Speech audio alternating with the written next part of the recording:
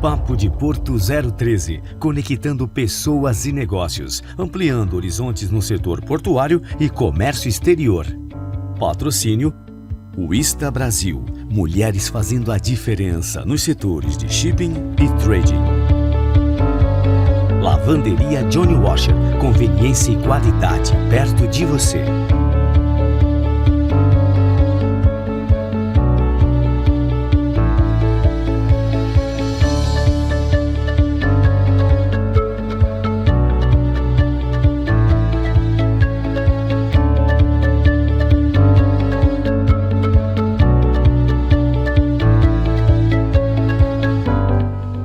Olá, boa noite a todos, sejam muito bem-vindos a mais um programa Papo de Porto 013. Eu, Luiz Fabiano, serei seu anfitrião nesta próxima hora, mas não estarei sozinho, é claro, nesta agradável noite de terça-feira. Estarei com um convidado para lá de especial, um amigo querido, um irmão da minha vida pessoal e da minha vida profissional. E é com grande satisfação que eu divido esta bancada com o André Maurício Ribeiro e Silva. Boa noite, André Maurício, que prazer enorme te ter aqui. Muito obrigado por ter aceito o nosso convite aqui do Papo de Porto 013. Nós já estamos tentando vir faz tempo, né? Eu estava relutando, muito nervoso, mas uma satisfação, um prazer conversar com você. Meu amigo da época de office boy. Quanto tempo passou, né? Verdade. Quantas transformações pegamos, né, André? Bastante, né? Hoje muita coisa mudou. É normal, né? O mercado ele se recicla, nós vamos falar hoje aqui da evolução do Siscomex, dentro de várias outras coisas do comércio exterior. E antigamente a gente carregava papel, né? Hoje em dia isso não existe mais. Verdade. André, quando você bem falou sobre a questão do Siscomex, né? E a gente teve uma evolução, a gente tinha processos muito morosos, né? A gente teve primeiramente a transformação dos processos, né? E aí eu queria que você elencasse para quem nos acompanha aqui no Papo de Porto 013 sobre essa transformação dos processos e as principais divisões que tem hoje dentro do comércio exterior. Então, desde a década de 90, quando você citou aí que a gente foi office boy, o que você cita aqui para quem nos acompanha, para elucidar quem nos acompanha aqui sobre o comércio exterior brasileiro? Falando de uma maneira geral, né, antigamente era tudo muito diferente, né? Eu vou citar como exemplo aqui a declaração de importação. Antigamente eram datilografadas em 7 vias. Você tinha que datilografar, você não podia errar, porque você não conseguia pagar. Então, você precisava de alguém, de um office boy, para ficar juntando, porque eram vias pretas, verdes, roxas, e aí depois você tinha que ter alguém para carimbar, para grampear, e tudo que você tinha que anexar, BL, a fatura, enfim, a guia do SDA. Hoje em dia você não tem nada disso. Hoje em dia você não tem mais documento. É tudo no âmbito digital. Você tinha que ir para a alfândega, dar entrada no documento, aí você tinha que ter uma base na xerox da porta da alfândega para correr, porque fechava às 17 horas, você tinha que ir correndo, senão você não conseguia dar entrada. Hoje em dia mudou tudo, né? Depois a gente passou a dar entrada na exportação em envelope para poder desembaraçar. Hoje em dia também não tem mais isso. Hoje em dia na exportação, muito rápido, 24 horas você desembaraça. A coisa evoluiu de uma maneira gigantesca e não tem como ser diferente, né? Legal. Quando a gente migrou do analógico para o digital, né? E é muito importante você citar que na época você tinha muito papel envolvido, e aí com o passar do tempo, que foi a criação do Siscomex na década de 90. Foi em 1992 e foi implantado em 1993, ninguém acreditava que ia ser, né? Muita gente relutou, e foi só na exportação no começo, né? Acho que depois de 5, 6 anos depois, iniciou na importação, de uma maneira gradual, até nos modos que a gente opera hoje em dia. Nós tivemos um tempo disruptivo, né, naquela época, que em 1993 criou-se a Lei de Modernização dos Portos, modernizou-se a legislação portuária e automaticamente trouxe um verniz aos processos do comércio exterior.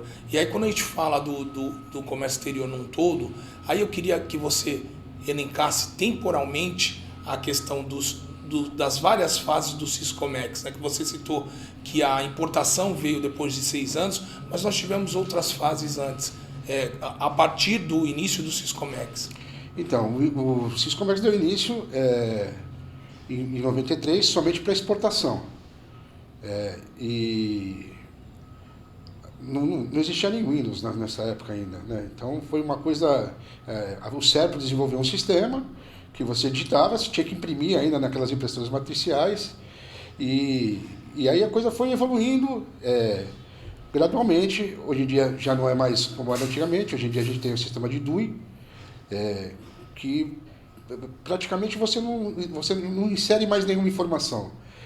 Já vem o XML da nota fiscal, você, através do código de barras, você puxa e a informação vem toda.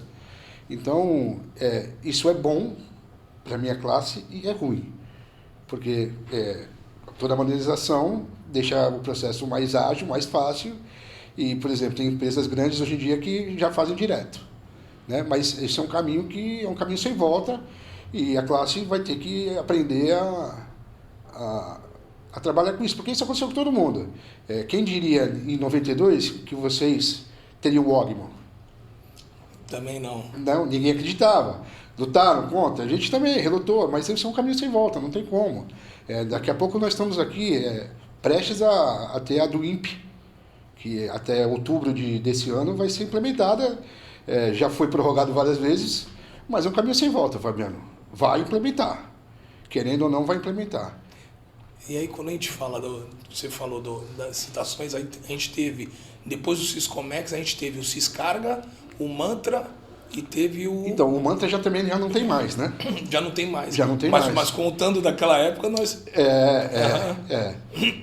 A gente hoje em dia tem o Siscarga, né? E o CE Mercante, que é o sistema que as agências fazem a inserção dos dados do booking, da carga, do container, e quando o navio chega no primeiro porto, já tem que estar com todas as informações já lançadas, e isso facilita muito a fiscalização, porque eles já podem fazer um bloqueio da tua carga já no CE Mercante. Você já fica impossibilitado de fazer qualquer coisa.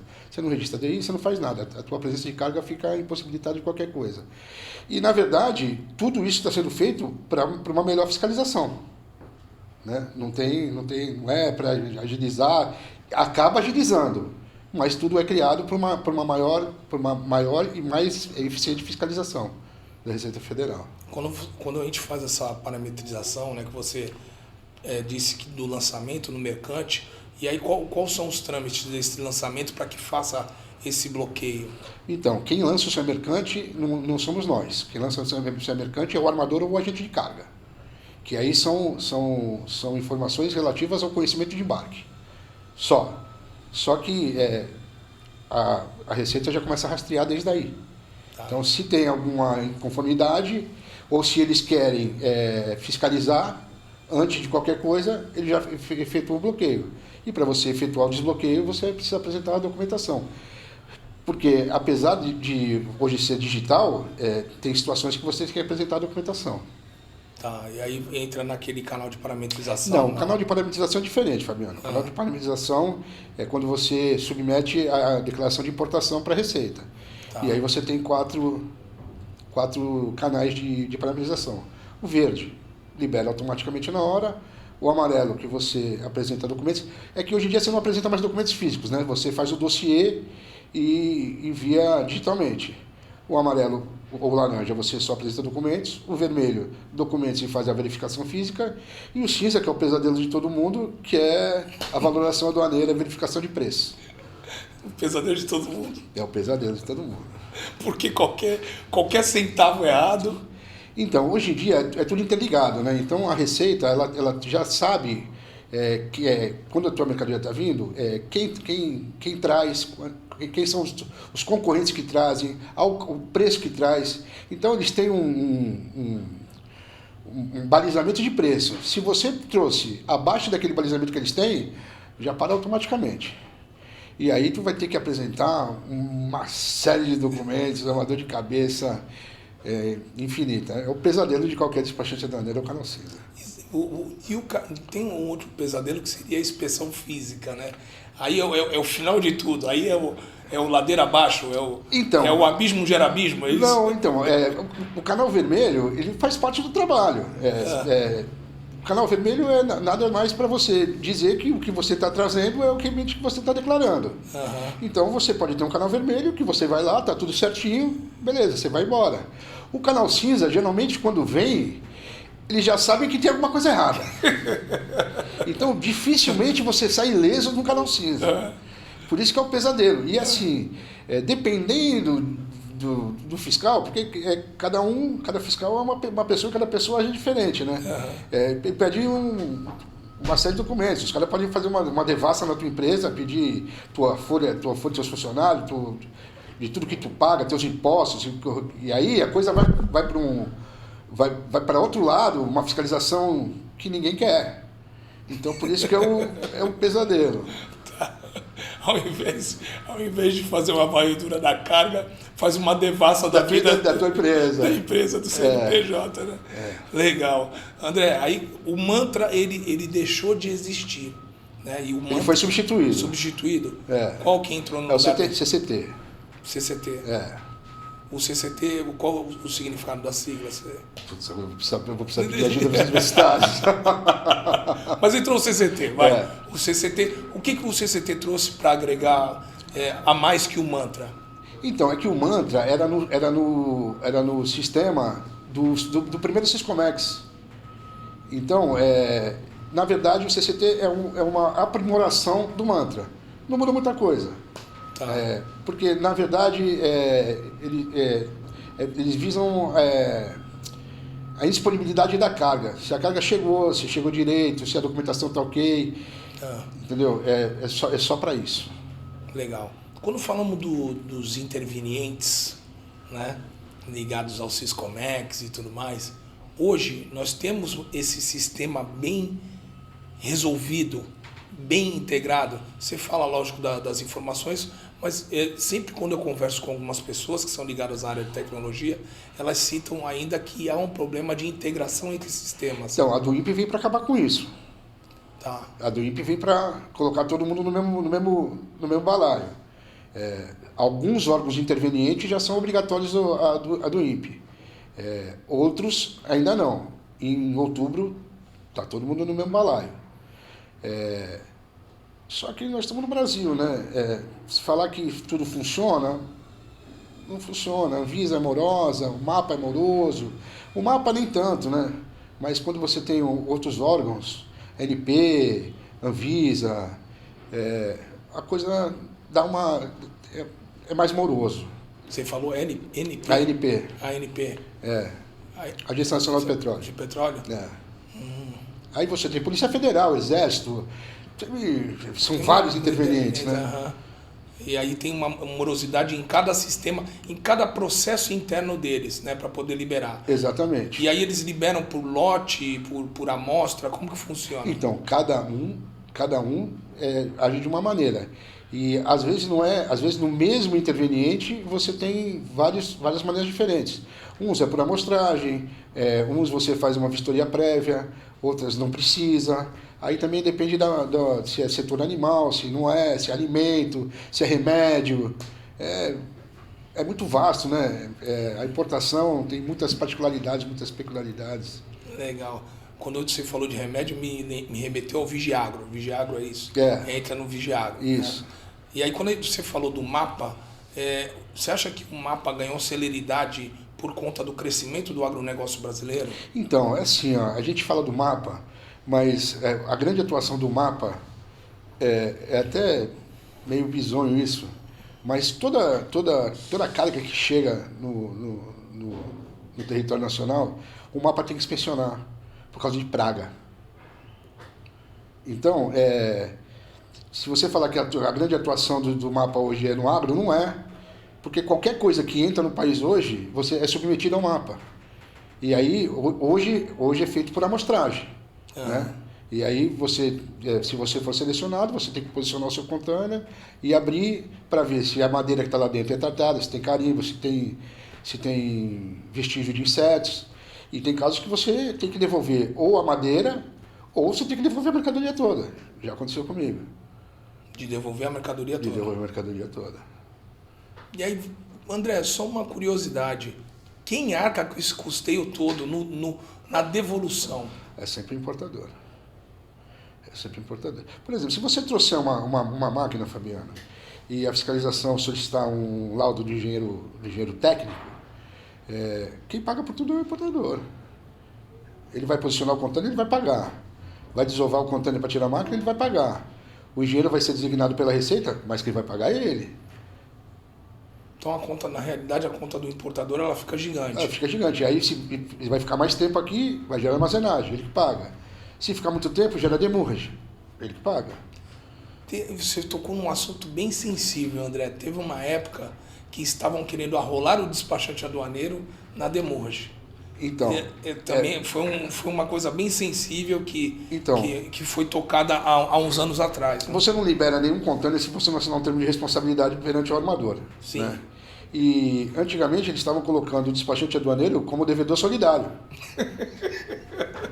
Aí fica difícil. Né? Não, é surreal. Né? Por que eu sou solidário? Não tem sentido. E isso acabou.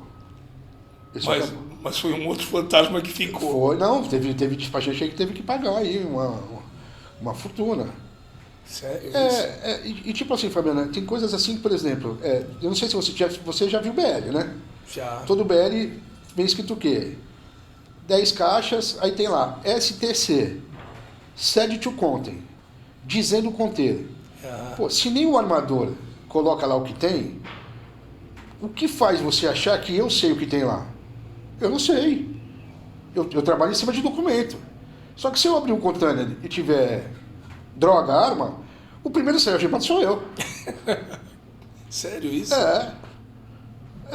Depois tu vai provar que o urubu vai ser gasolina, mas até lá, o primeiro somos nós, que estamos na linha de frente. E aí vem cascateando para os demais. Aí depois vai achar quem é que está... Vai achar ou não, né? Mas geralmente acha. Então, hoje em dia com o scanner, a coisa mudou de figura, porque quando já descarrega no navio, passa no scanner, se tem uma coisa diferente, já pega lá. Mas antigamente só pegava quando a gente abria, muito antigamente, né? Agora não, agora a coisa está mais fácil de... Está mais soft. Legal.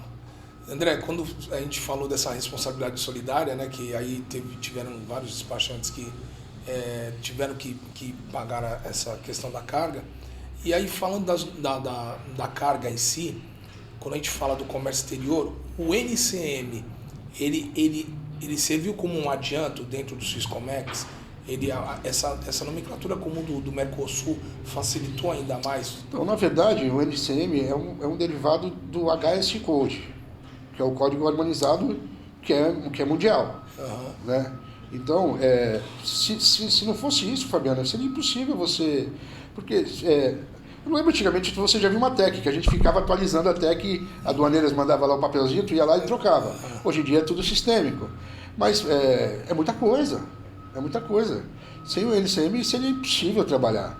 Né? E é difícil você classificar uma mercadoria. Porque se você quiser trazer um microfone, não tem lá um microfone. É um objeto que grava, que produz, não é? Que emite som com tantos watts, acima de tantos watts, de tamanho assim, de tamanho assado. Né? Então é complicado e a gente tem que fazer esse trabalho também de classificação. E muitas vezes a gente não tem o conhecimento técnico para isso.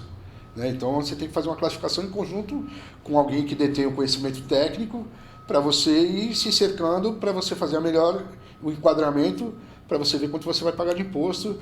E aí começa todo um projeto para você fazer uma importação. Começa através da classificação da mercadoria no NCM. E aí quando tu fala desses códigos de classificação, quem que ajuda o despachante aduaneiro a desmistificar essa questão de classificação? É um engenheiro? É um tecnólogo? Quem que soma aí no mercado aí para poder dar celeridade nesse processo? Então, geralmente aí você vai ter que pedir ajuda para o responsável técnico do importador, que detém um conhecimento técnico, porque a gente consegue, através dos capítulos, identificar, por exemplo, borracha. Tem vários tipos de borracha. Se você for na técnica colocar a borracha, vai te dar o capítulo. Só que se ela é centrifugada, se ela é bicentrifugada, aí a coisa o funil vai afunilando. Eu vou conseguir te dar o capítulo. E aí a gente juntos vamos conseguir identificando para o melhor enquadramento da mercadoria. Sozinho, sem o conhecimento técnico, não dá. E é impossível você conhecer tudo. Né? Se você for um engenheiro mecânico, tu vai conhecer de máquina. Para fazer uma classificação de borracha, tu não vai conseguir fazer. Né? Então, que aí, borracha entraria o quê? Um engenheiro têxtil, alguma coisa? Não. Têxtil não, porque é tecido, não. Né? Mas entraria um outro tipo de engenheiro. Então, às vezes não é engenheiro, né? Às vezes é um químico. Tá. Mas toda empresa tem um responsável técnico do produto que ela trabalha, né? Legal. Tá? E também você pode fazer uma consulta para receita também, só que é uma coisa muito demorada, não funciona. Legal. Não funciona. Pode falar. Não, aqui o programa é seu. Não, é que assim, se a empresa não tem, você pode ir atrás dos prestadores de serviços que são vinculados à receita. Porque a receita tem engenheiros que quando você, por exemplo, a sua máquina cai no canal vermelho, quem designa o engenheiro é a própria receita. Então você pode fazer consultas que não são consultas oficiais, mas é uma consulta técnica por um engenheiro que é vinculado à receita. Então você vai ter um respaldo técnico que você se amanhã, porque o fiscal que vai conferir tua carga, todo fiscal tem informação superior. Mas a tua máquina pode cair na mão de um cara que fez... Eu vou falar um pouco ridículo, educação física, não tem, acho, né? Mas nem todo fiscal tem o conhecimento técnico do que ele está liberando. Né? E aí se você tem o respaldo de um engenheiro, a coisa fica mais fácil. Não, legal, André. E aí falando aqui, você falou da exportação, que o Siscomex começou com a exportação, falamos do mapa, falamos do CCT.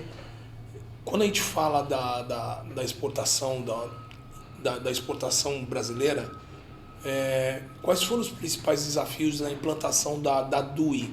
Tá? Você acha que a DUI foi e está sendo mais simples do que a implantação da DUIMP? Muito mais. Porque a importação é muito mais complexa, Fabiano. A exportação não. Primeiro que a exportação não tem tributação, então já não é olhada com os olhos que a importação é olhada. Hoje em dia, por exemplo, através da nota fiscal, você gera DUI, você não tem recolhimento de imposto, você tem que enquadrar ela no NCM também, mas não tem, a Receita não olha com os mesmos olhos, porque o grande X da questão é a arrecadação, né, Fabiano? Nós estamos falando de arrecadação. E a exportação, por mais que tenha órgãos intervenientes, a coisa flui mais fácil. Se você abrir a DUIMP, 3 telas. Muito mais simples do que você tem na importação. Então, foi muito mais fácil. Tanto é que sempre começa pela exportação. Foi lá em 92, foi assim, e agora primeiro veio a DUI, para depois vir a DUIMP. Legal. E aí, quando você falou da exportação de tributos e tudo mais... A exportação não paga tributo. Não paga tributo, não, né?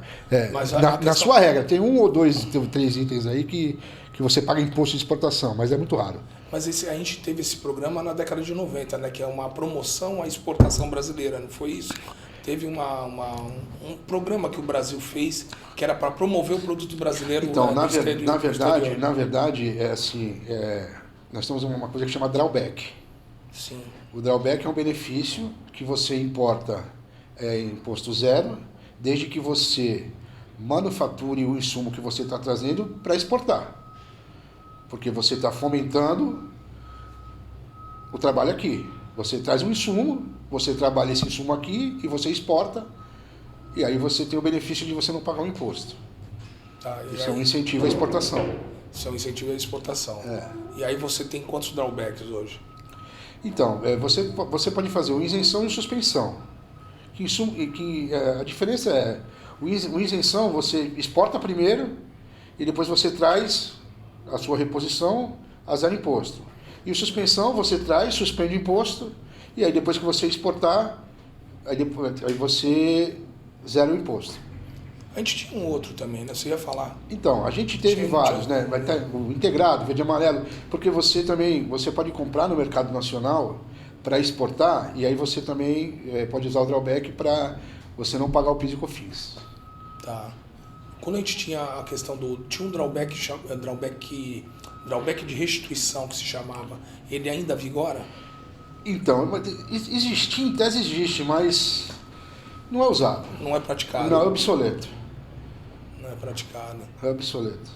E aí, falando, André, a gente tá tendo muita conversa, a gente tá querendo copiar um modelo chinês de zonas de ZPE. E aí eu queria saber na tua opinião, com relação à ZPE, se com todo esse fomento que o Brasil tem, ainda há necessidade de implantação dessa ZPE aqui, já que a gente tem um regime de drawback vindo que também serve para poder Então, mas para a fomentar. gente copiar alguma coisa é muito difícil. Porque o que existe aqui não existe em lugar nenhum no mundo. Eu tenho sérias dificuldades porque eu falo muito com a China. Uhum. De explicar para a China coisas que acontecem aqui. Eu vou te dar um exemplo. Como é que você explica para um chinês que se ele trouxer uma caixa do tamanho disso aqui, ele vai pagar mais caro de armazenagem do que ele trouxer um container? Ninguém consegue entender. São coisas que só acontecem aqui. Sério? Nem eu sabia que uma caixa pequena pagaria o tributo do tamanho do tributo container. Não. Mas Armazenagem. A armazenagem da carga consolidada é mais cara do que um container. Só que e por que trazem? Porque o frete é muito mais barato. E como aqui tudo é em cascata, o frete entra na base de cálculo dos impostos, acaba saindo mais caro tu trazer o container com a armazenagem mais barata. Outra coisa que ninguém consegue entender. Porque aqui tu paga imposto sobre imposto. Tu paga o imposto de importação. Aí tu pega o imposto de importação, soma o valor da mercadoria. E aí tu calcula o valor do IPI. O valor do IPI é sobre o valor da mercadoria, frete, mais o imposto de importação. Aí tu vai pegar o PIS e o COFINS, tu vai pegar o valor da mercadoria, o frete, o imposto de importação, o IPI, e vai calcular o PIS e o COFINS. E assim vai, até chegar no ICMS. Então tu vai pagando imposto sobre imposto, imposto sobre imposto. Quando você fala do imposto, você acha que esse IVA, né? É o IVA, né? O IVA. Que é o imposto geralzão, aglutinado e tal. Então, ele vai facilitar vai diminuir essa quantidade de imposto sobre imposto? Então, eu não vou poder falar contigo sobre o IVA porque é uma coisa que eu ainda não me aprofundei. Mas eu acho muito difícil você criar um imposto único contemplando importação. Eu acho difícil, mas também tudo que eu falar por aqui vai ser achismo porque eu realmente não me aprofundei. E também porque ainda não veio, né, André? A gente não está ainda 100%. Então, mas aí quando a gente fala de imposto no Brasil, é difícil a gente acreditar que alguém está fazendo alguma coisa para melhorar, né? É difícil dissociar que vai baratear. É difícil, né? É difícil. Difícil, não consigo imaginar. Não consigo imaginar o fim do ICMS. Você acha que o ICMS ele é um tributo ultrapassado? Então, o ICMS é um grande problema. E até muita gente foge de São Paulo, porque, por exemplo, em Santa Catarina você tem benefício de ICMS. Então, além da gente ser um porto caro, porque nós somos um dos portos mais caros do Brasil, não tem benefício nenhum. Em Santa Catarina, por exemplo, você tem vários benefícios. E aí você tem estados que não têm porto te dando benefício. O corredor de importação de Minas. Né? Você tem as trades, por exemplo, de Roraima, do Amapá, que não tem porto, e dando benefício em vez de pagar 18, vai pagar 4. Santos está com quanto? 18. 18? 18. E tem trades operando em Roraima a 4%. Entendeu? Então fica... nesses casos, a gente não perde, porque eles não têm porto, então tem que vir por aqui. Ou por qualquer outro porto, né? Uhum. Agora, no caso de Santa Catarina, leva muita coisa para lá. Mas aí, André, vamos falar de uma coisa que está totalmente envolvida nessa questão de ICMS, né? Que é imposto sobre circulação de mercadorias e serviços, né? E aí quando a gente fala de circulação de mercadorias, a gente não pode dissociar que tem a questão de infraestrutura. E isso, o Estado de São Paulo está muito bem, obrigado. Lógico, a gente tem nossos gargalos aqui da imigrantes, de entrada da Lemoa e tal, mas o Sul também tem alguns gargalos logísticos. E aí e os portos são menores. Talvez acho que isso se justifique para poder ter essa cobrança um pouco mais elevada, né? Não digo que ela seja tão elevada, também não digo que ela seja tão justa. Deveria ser mais barata. Mas como? Pô, se você faz um investimento... Se eu tenho 3 berços lá e aqui eu tenho 30, como é que aqui é mais caro que lá? Porque a logística é mais difícil. Pô, vou dar a resposta dos mestres. Aqui a logística é mais difícil. Mas que logística que é difícil aqui? Porque você tem muita diversidade de carga. Né? E você tem uma única entrada e uma única saída aqui em Santos. Então, mas qual é? Tu tá falando o que? O gargalo que Gargalo logístico. Mas o que a operação portuária tem a ver com o gargalo logístico? Tudo. Por onde entra e sai a carga? Não, sim, ou é ferrovia, ou é aquaviário, ou é terrestre. Não, mas o nosso gargalo é o rodoviário. É o rodo. É o rodoviário. O que interfere com o valor de tirar terno no porto? Cara, por exemplo, você tem uma quantidade de... Quando você amplia a quantidade de ternos de trabalho, você amplia a quantidade de cargas a ser retirada do navio ou colocada no navio. Isso vai impactar no rodo ou no ferro. Então, mas perante o operador, eu trabalhei no operador portuário, tu sabe disso. Tirei terno, né? Tinha continuação, hoje em dia não tem mais nada disso. Hoje não tem mais nada disso. Ficava vendo ligada subir, ligada descer, ia nos navios assinar os statements. Isso tudo que você falou, com relação à despesa da operação portuária, não muda nada. Não muda nada. E por que é tão caro? Por que lá é mais barato? Cara, mas eu acho que, cascateando, André, eu acho que alguém vai pagar essa conta. Mas sempre que vai pagar é a conta, é o importador ou o exportador. Né? E quem consome, lógico. Isso aí somos nós. Isso aí. E quem consome. Isso aí pode ter certeza que tudo vai ser repassado. Só a gente que não vai conseguir repassar. Não tem para quem vai repassar. Não, porque é que nem falar, o dólar subiu. Eu não compro dólar. O pãozinho que tu compra, o dólar interfere. Então, não tem essa de que não vai sobrar pra gente. Sempre sobra pra gente. Aqui no Brasil, sempre nós na ponta vamos pagar tudo o que acontece, todos esses absurdos que acontecem. Igual diz a Dama de Ferro, não tem, como é que se diz, nada de graça. Tudo é produto dos seus impostos, de que vocês pagam. Não, e a gente paga muito imposto. A gente paga muito imposto. André, aí a gente falou aqui, demos uma ciranda aqui, falando de infraestrutura, falamos de tributação, de encarecimento de tributação, mas a gente também tem que a gente tem que falar sobre a questão também que é muito ligada ao Siscomex, que é a questão do operador econômico autorizado, que é o OEA. E aí eu queria saber de você aí se esse selo ele trouxe mais benefícios ou ele continua a mesma coisa do que a gente tinha no passado. Então, antigamente a gente tinha a linha azul. Sim. Né? A linha azul, o OEA veio para substituir a linha azul.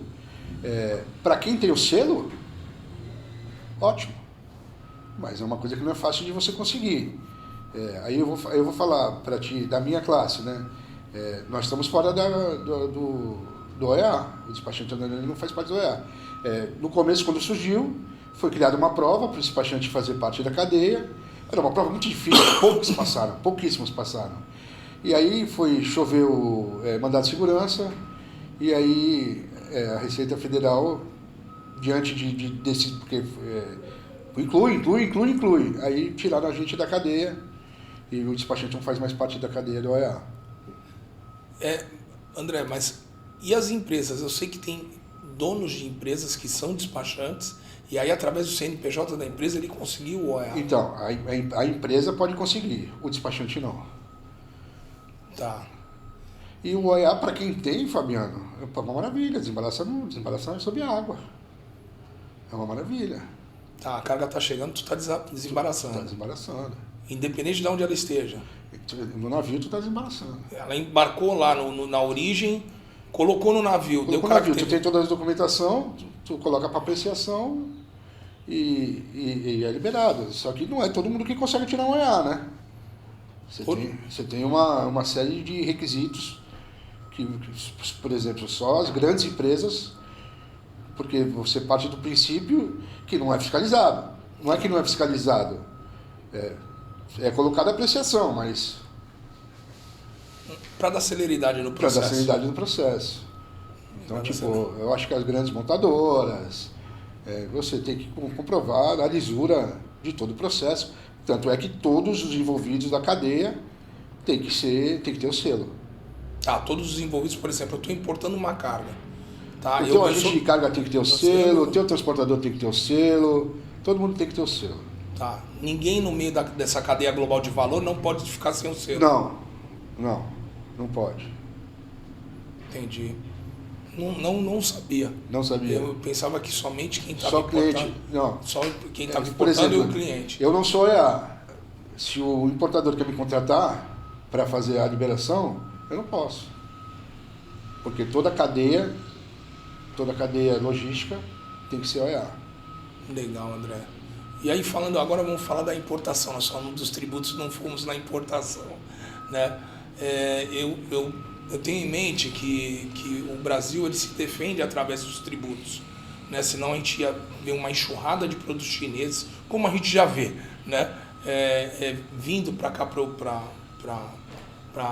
o Brasil, né? Então a gente ia ter uma maior quantidade, né? Não que a gente não tenha, mas a gente ia ter uma quantidade dobrada e a gente deixaria de estimular a indústria brasileira.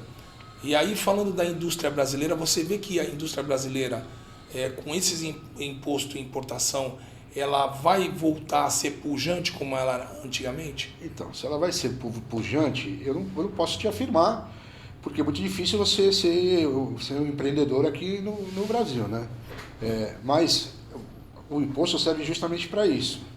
E eu vou te dar um exemplo, por exemplo, o alho. Você tem uma alíquota de imposto para o alho. Só que na China o alho é muito barato. E aí, tipo assim, o governo não quer que você traga da China para fazer uma proteção, mas não pode subir o alho de outros países. Aí cria o antidumping. Que aí é uma proteção que o alho só vai sobretaxar o alho que vem da China. É um mecanismo que o governo utiliza para resguardar o produtor, a empresa nacional.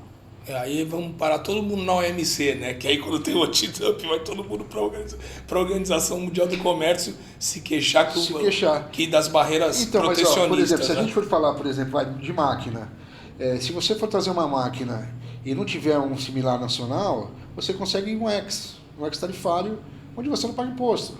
Porque por que você vai pagar imposto se não tem ninguém aqui vendendo? Tá. Né? Então, às vezes já tem empresas, por exemplo, que você tira um ex, qualquer um pode usar.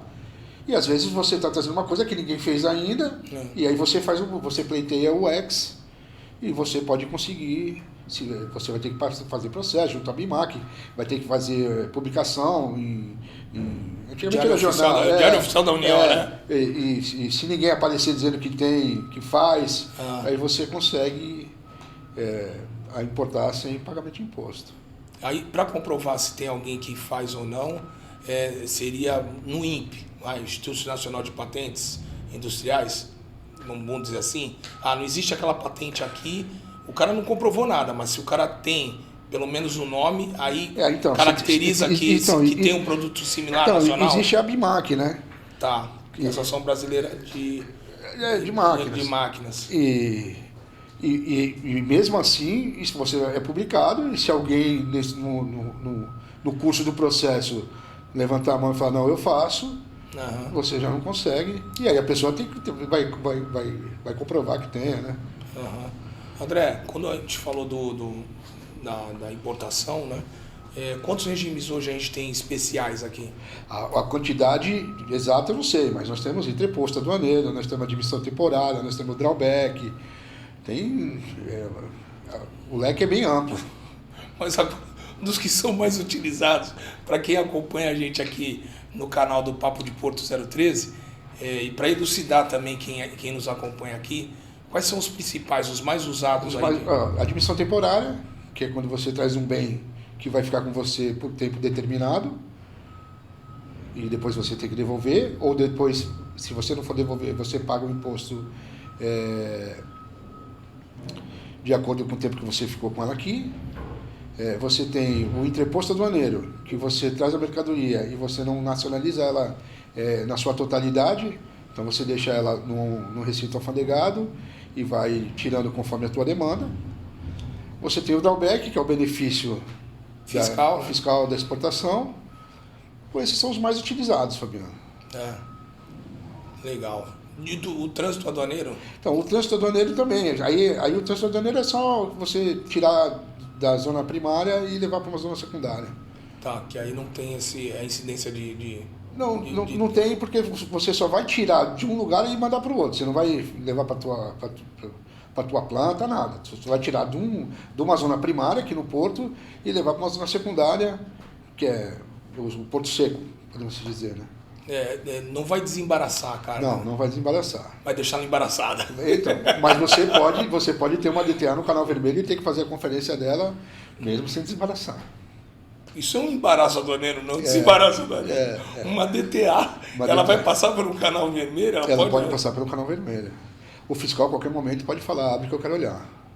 Tá. Isso é o fiscal que dá, não é o sistema. Não. É sistêmico, mas independente do sistema, se for no canal verde, porque a DTA o fiscal tem que lacrar. Tá. Se ele for lacrar lá e quiser abrir, ele tem autonomia para isso. Legal. André, agora vamos falar da empresa do André, né, que é a Sideral, né, e que trabalha com logística integrada. Quais são os principais serviços que vocês fornecem lá, que eu sei que é uma grande empresa, já há muitos anos no mercado, e que vocês vêm se atualizando? Hoje, quais são os serviços oferecidos? E para quem nos acompanha, para que você... Eu não tenho o marco temporal da data da empresa, mas você pode fornecer aqui para quem nos acompanha. Então, a Sideral foi fundada em 71, foi meu pai que fundou, e ele já faleceu faz uns 13 anos. A primeira Sideral, que foi a Sideral Comissária, ela não existe mais, porque era uma empresa lucro real, e aí a gente, com o falecimento dele, a gente resolveu fechar, e aí a gente abriu duas empresas, que foi a Sideral Logística e a Espaço Sideral, que é agenciamento de carga e transporte rodoviário. Fabiano, a gente oferece todos os tipos de serviços que existe na cadeia logística. O que eu mais gosto de vender é o door-to-door. Você compra, fala para mim, comprei lá na China, eu entro em contato com o chinês e entrego na tua planta. Esse é o meu business, mas eu posso agir em qualquer parte da cadeia. Se você quiser que eu faça só o transporte rodoviário, eu faço só o transporte rodoviário. Se você quiser que eu faça só o despacho, eu faço só o despacho. Se você quiser que eu faça só o transporte internacional, eu faço só o transporte nacional, mas eu procuro geralmente vender tudo e amarrar de ponta a ponta. Legal. Pô, eu fico feliz com esse... Hoje a Sideral é OEA? Não, a Sideral não é OEA. Eu comecei lá em 89, a gente era office boy, né? E aí eu fiquei alguns anos lá. Aí, como todo jovem imaturo, eu briguei com meu pai, saí de lá, trabalhei em várias empresas, trabalhei na Birkat, trabalhei na Hipercom, trabalhei na Lauritz Lachmann, trabalhei na Import Business, e isso foi muito enriquecedor para mim. Talvez se eu tivesse galgado a minha vida inteira na Sideral, não seria tão bom quanto foi eu ter saído mercado afora. Eu aprendi muito. E aí, quando ele me chamou para voltar, além de tudo, eu tive o respeito das pessoas que trabalhavam lá, porque eu não era o filho do patrão que cresci lá, eu fui gerente de outras empresas e voltei numa situação de conhecimento sólido na área, e isso foi muito bom para mim. É muito rico, né, quando a gente vai para outras empresas, né, e adquire o conhecimento, né? Porque isso fortalece... Tem muita cabeçada, viu? Tem muita cabeçada. Teve empresa que eu não fiquei 30 dias. Porque você, além de tudo, você tinha que aprender a engolir sapo, coisas que eu não estava acostumado. Mas foi muito enriquecedor para mim. Foi muito enriquecedor. André, a nossa época de office boy foi uma época muito gratificante, né? Em termos de conhecimento, em termos de amizade no meio da navegação, que era muito importante. Os patrões, eles eram daqui da cidade, coisa que a gente não vê tanto hoje. Você é um remanescente e mais uma meia dúzia é remanescente da cidade, então sabe os problemas que a cidade tem, sabe aonde dói na cidade, sabe aonde dói no funcionário, e a gente não tem hoje porque a gente tem grandes conglomerados vindo para o Porto de Santos, que também é uma história que eu quero ressaltar com você, que a gente teve um determinado momento, e eu queria lembrar o ano que os armadores começaram a vir para Santos, porque eu lembro da nossa época de office boy que somente Hamburgo Sud era de Santos, estava lotado em Santos. A gente não lembro. Lógico, a gente tinha outros armadores. Porque antigamente o armador não era o agente. Não era o agente. Então, tipo, o armador contratava uma empresa para fazer a liberação. E Neptúnia, Netumar, Nautilus, Lachman, Lloyds, Nediloid, Transcar, Transatlântico Carrier. Então, hoje em dia não existe mais office boy, Fabiano. Hoje em dia não existe mais. Hoje em dia, o centro hoje em dia morreu, porque as grandes empresas não estão mais no centro.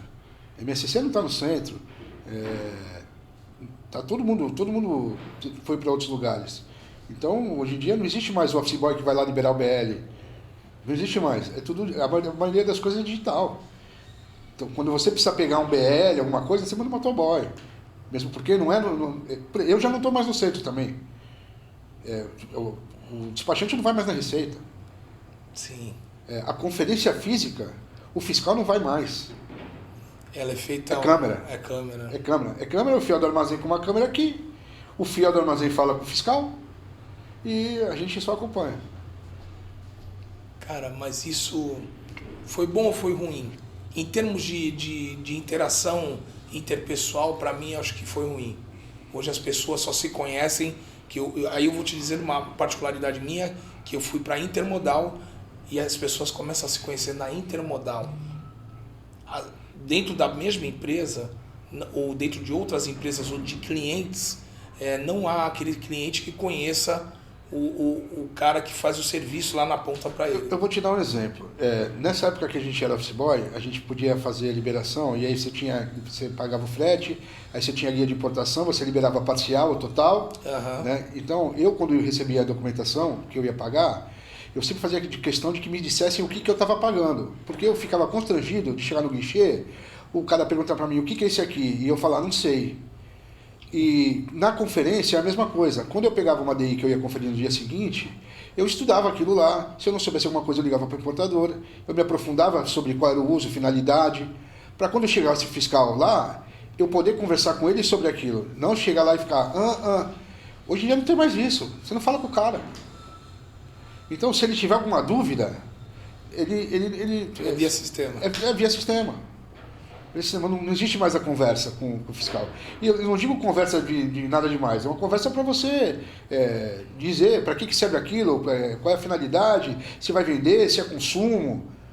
Você não tem mais essa possibilidade. Muito legal. É bem isso, André, mas é uma pena, né? Às vezes eu falo que é uma pena porque eu sou saudosista, né? Eu me remeto aos primórdios dos tempos de quando começou. Mas eu vejo também uma grande celeridade no processo. É que, infelizmente, ou felizmente, a gente tem uma quantidade muito grande de cargas hoje diversificadas, de volumes muito expressivos, e isso não possibilita mais que a gente tenha essa interação entre as pessoas, né, André? Eu gostei também da questão de você trazer ou fazer o porta a porta. E aí, quando a gente fala de porta a porta, a gente fala de Incoterms, né? E os Incoterms, eles são obrigatórios ou eles são acessórios? Não, são obrigatórios. São obrigatórios. São obrigatórios. O Incoterm nada mais é do que você definir de como vai ser a venda.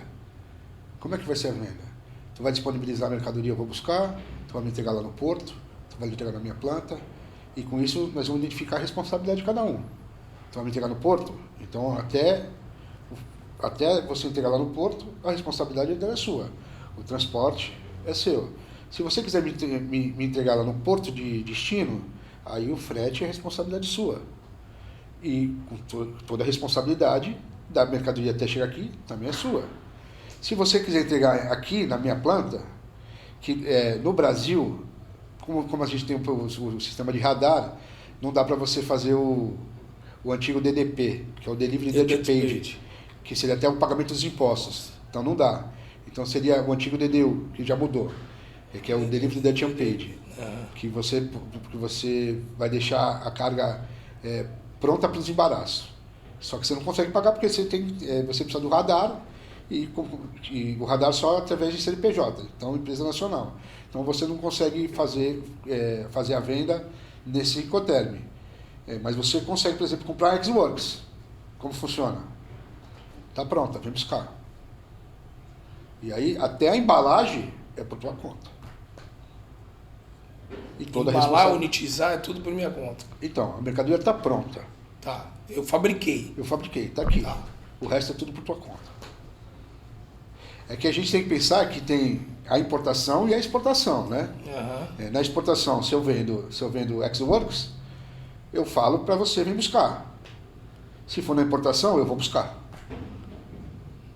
E aí toda a responsabilidade é minha.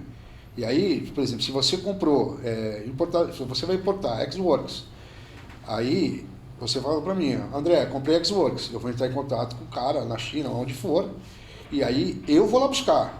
Eu vou contratar o picape lá, o picape é o transporte rodoviário da planta do cara até o porto, eu vou embarcar, eu vou desembaraçar e eu vou te entregar na tua porta. Tá. Tem a nomenclatura do FOB, e o FOB era quando você free on board, né? Então é livre transpassando a mura do navio ou livre no costado do navio. Então, seria a pé da letra livre a bordo. Tá. Embarcou, acabou a minha responsabilidade. Tá. Embarcou é assim, desengatou a carga lá dentro. É isso? Seria isso. Tá. Mas aí tinha ou tem essa questão de transpassou a mura do navio, responsabilidade. Então, isso aí é uma briga que uma briga sem fim, né? Porque teoricamente seria daqui para embarque. Acabou a minha responsabilidade. Tá, então se entregasse no terminal, é como se estivesse colocando no costado. Porque, tipo, abriu o gate, eu te entreguei, acabou. Acabou a minha responsabilidade. A responsabilidade é tua. O depositário, o fiel depositário é você. No caso, então, é o terminal. Eu entreguei a carga para embarque. Daí acabou a minha responsabilidade. A capatazia de botar para dentro é minha? Não, eu entreguei para embarque. Está livre a bordo. Né? Mas tudo é motivo para você se discutir, não é? Tem sempre uma dissídia nisso. Tem sempre uma discussão.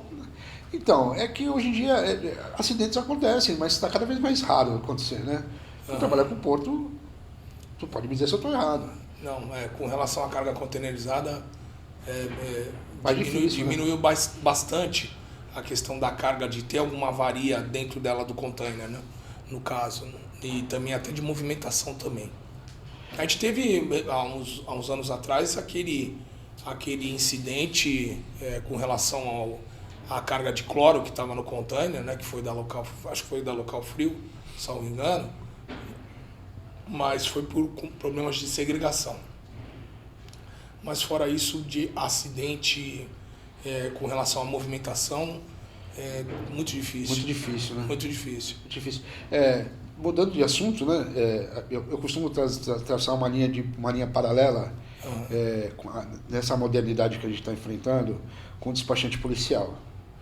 Você lembra como era antes? Você licenciava o teu carro sendo despachante? Não. Como é hoje? Licencia, vai no poupa-tempo e acabou. Acabou o despachante? Não. Mas diminuiu. Mas diminuiu quanto? 90%. 90%. Nós estamos caminhando para isso. Só que nós temos, na logística, nós temos um diferencial. Tipo, aqui eu estou falando na minha opinião, tá? Deixar isso bem claro. O despachante que não acordar e não aumentar a gama de serviços dele, vai morrer. Vai morrer. Porque acabar não vai. Mas vai ficar... Bem escasso. Bem escasso. Só vai ficar para aqueles que se atualizarem. Mas, tipo, o agente de carga não vai acabar, o transporte rodoviário não vai acabar, a trade company não vai acabar. Né? Então, tipo, não dá pra gente ficar só pensando no despacho aduaneiro. Eu sei que isso vai causar uma celeuma muito grande no meio dos colegas, mas é assim que eu enxergo. Eu enxergo, tu vai falar, com quanto tempo, André? Não sei te dizer, se 5, se 10 anos, mas nós estamos caminhando e, nós temos um exemplo dos colegas que eram despachantes policiais na nossa frente, foi isso que aconteceu. E nós estamos caminhando para isso. É muito mais complexo. É muito mais complexo. Mas, se tu vê como era para fazer uma exportação antes, uma exportação agora, nós estamos caminhando para isso, Fabiano. Sim. Entendeu? E se a gente não. Se a gente. O Uber ia acabar com o táxi. Veio para ficar. É um caminho sem volta, não tem volta. A modernidade está aí. Ou a gente se adequa aos novos tempos, ou a gente vai ficar para trás. Legal, André. Você vê que a nossa hora passou rapidamente, tá? A gente está chegando aqui ao final do nosso programa. Queria te agradecer imensamente a tua vinda aqui, que, assim, diga-se de passagem, para mim está sendo um momento especial. A gente fez um remember até da nossa vida pregressa. E te agradecer aí, gostaria que você fizesse as suas considerações finais e passasse um recado para quem você quisesse e desejasse aí nas nossas câmeras, né? Não, estava nervoso, achei que ia ser muito mais difícil do que foi tranquilo. Te agradecer, estou contigo desde o começo, né? Isso, eu queria lembrar, tu tirou as palavras da minha boca, mas eu ia falar isso, eu ia te agradecer, mas já que você tocou nesse assunto, você explora esse assunto, porque realmente no começo do Papo de Porto 013, para quem não sabe, o André estava comigo. Mas vamos lá, pode falar. Fica à vontade. Eu estou contigo desde o começo, fui patrocinador no começo do Papo de Porto, desde então tu está querendo me trazer, eu, enquanto patrocinador não achei legal vir, e hoje te dá parabéns, está muito legal, você está muito desenvolto, parabéns, foi um prazer. Eu não tenho recado para dar para ninguém, isso, o que eu falei aqui agora no final vai dar um furdunço do caralho, mas é o que eu penso e foi legal. Obrigado. Legal, André. Obrigado você aí por ter nos atendido. E para quem quiser acompanhar o nosso canal no YouTube, é @Papo de Porto 013 e a nossa página no Instagram é @Papo de Porto 013. Desejo a todos uma semana de vitórias, que Deus agracie a vida de todos vocês. O meu muito obrigado, um grande abraço e fiquem com Deus.